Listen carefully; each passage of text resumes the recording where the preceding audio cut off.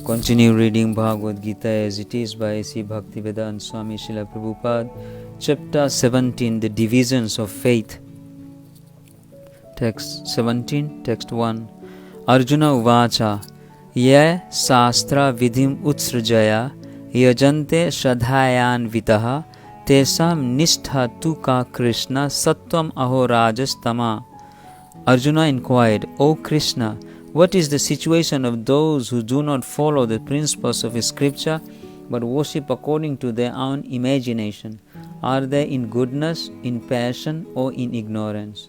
In the 4th chapter, 39th verse, it is said that a person faithful to a particular type of worship gradually becomes elevated to the stage of knowledge and attains the highest perfectional stage of peace and prosperity. In the 16th chapter, it is concluded that one who does not follow the principles laid down in the scriptures is called an asura, demon, and one who follows the scriptural injunctions faithfully is called a deva or demigod. Now, if one with faith follows some rules which are not mentioned in the scriptural injunctions, what is his position? This doubt of Arjuna's is to be cleared by Krishna. Are those who create some sort of god by selecting a human being and placing their faith in him, worshipping in goodness, passion, or ignorance? Do such persons attain the perfectional stage of life? It is possible for them to be situated in real knowledge and elevate themselves to the highest perfectional stage. Do those who do not follow the rules and regulations of the scriptures but who have faith in something and worship gods and demigods and men attain success in their effort? Arjuna is putting these questions to Krishna. Shri Bhagavan Uvacha Trividha Bhavati Shraddha Dehinam Sa Swabhavagya Satviki Rajasi Chaiva Tamasi Cheti Tam Shrunu. The Supreme Personality of Godhead said, according to the modes of nature acquired by the embodied souls, one's faith can be of 3 kinds, in goodness, in passion, or in ignorance. Now hear about this.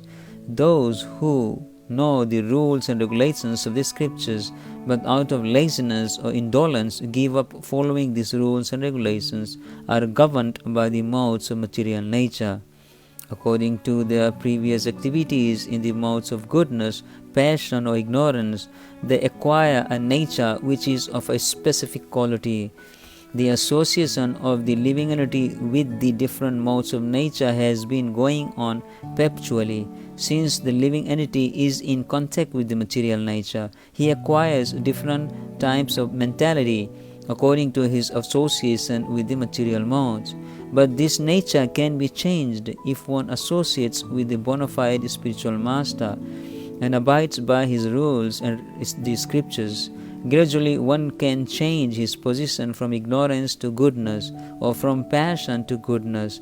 The conclusion is that blind faith in a particular mode of nature cannot help a person become elevated to the perfectional stage. One has to consider things carefully with intelligence in the association of a bona fide spiritual master. Thus one can change his position to a higher mode of nature. Sat va nurupa sarvasya shraddha bhavati bharata shraddha mayo ayam puruso ye yak charadha sa eva saha. O son of Bharata, according to one's existence under the various modes of nature, one evolves a particular kind of faith.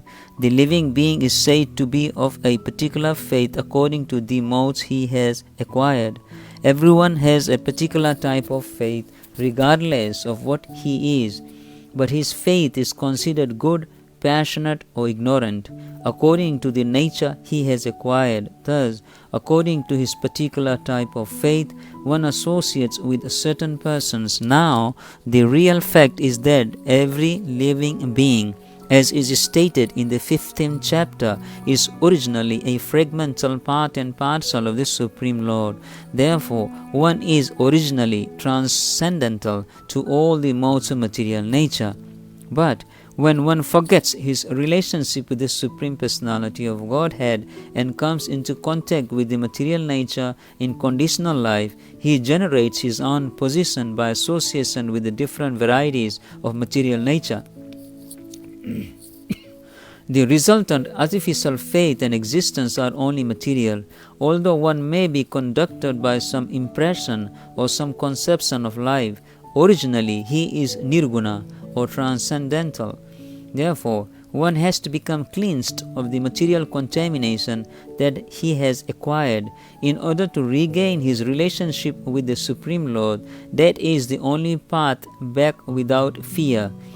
Krishna consciousness, if one is situated in Krishna consciousness, then that path is guaranteed for his elevation to the perfectional stage.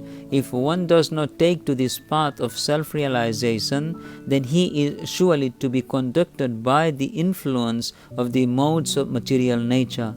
The word Shraddha or faith is very significant. In this verse, Shraddha or faith originally comes out of the mode of goodness. One's faith may be in a demigod or some created god or some mental concoction. One's strong faith is supposed to be productive of work, of material goodness. But in material conditional life, no works are completely purified. They are mixed. They are not in pure goodness. Pure goodness is transcendental. In purified goodness, one can understand the real nature of this Supreme Personality of Godhead. As long as one's faith is not completely in purified goodness, the faith is subject to contamination by any of the modes of material nature. The contaminated modes of material nature expand to the heart. Therefore, according to the position of the heart in contact with a particular mode of material nature, one's faith is established. It should be understood that if one's heart is in the mode of goodness, his faith is also in the mode of goodness. If his heart is in the mode of passion, his faith also is in the mode of passion. And if his heart is in the mode of darkness, illusion, his faith is also thus contaminated. Thus we find different types of faith in this world, and there are different types of religions due to the different types of faith. The real principle of religious faith is situated in the mode of pure goodness. But because the heart is tainted, we find different types of religious principles. Thus, according to different types of faith, there are different kinds of worship. Yajante satvika devan yaksa raksamsi rajasa pritan bhuta ganams channe yajante tamasa janaha.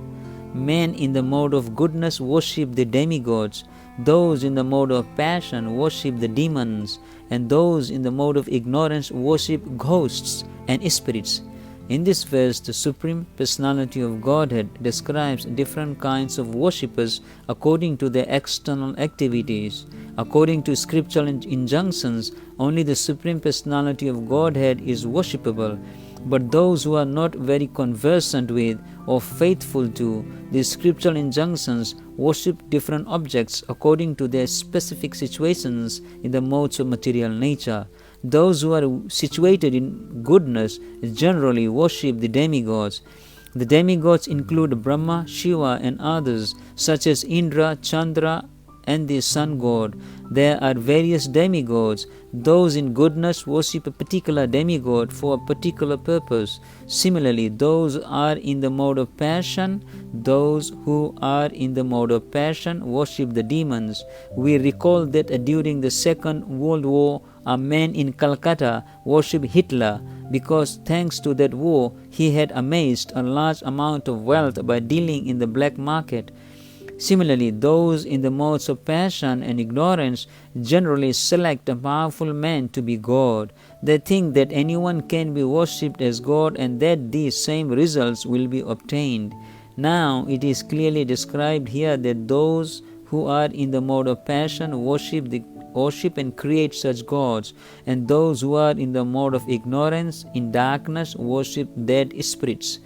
Sometimes people worship at the tomb of some dead man. Sexual service is also considered to be in the mode of darkness. Similarly, in remote villages in India, there are worshippers of ghosts.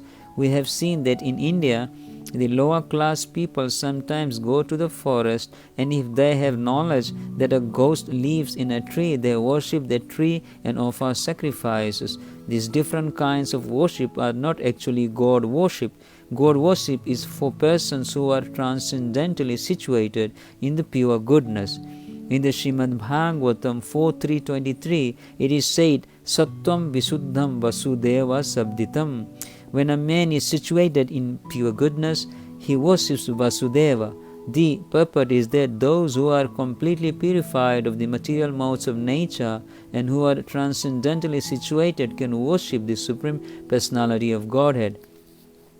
The impersonalists are supposed to be situated in the mode of goodness, and they worship 5 kinds of demigods. They worship the impersonal Vishnu form in the material world, which is known as philosophized Vishnu.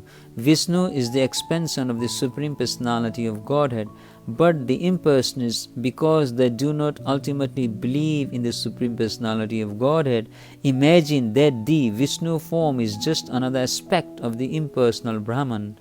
Similarly, they imagine that Lord Brahma is the impersonal form in the material modes of passion.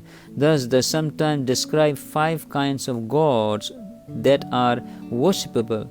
But because they think that the actual truth is impersonal Brahman, they dispose of all worshipable objects at the ultimate end. In conclusion, the different qualities of the material modes of nature can be purified through association with persons who are of the transcendental nature.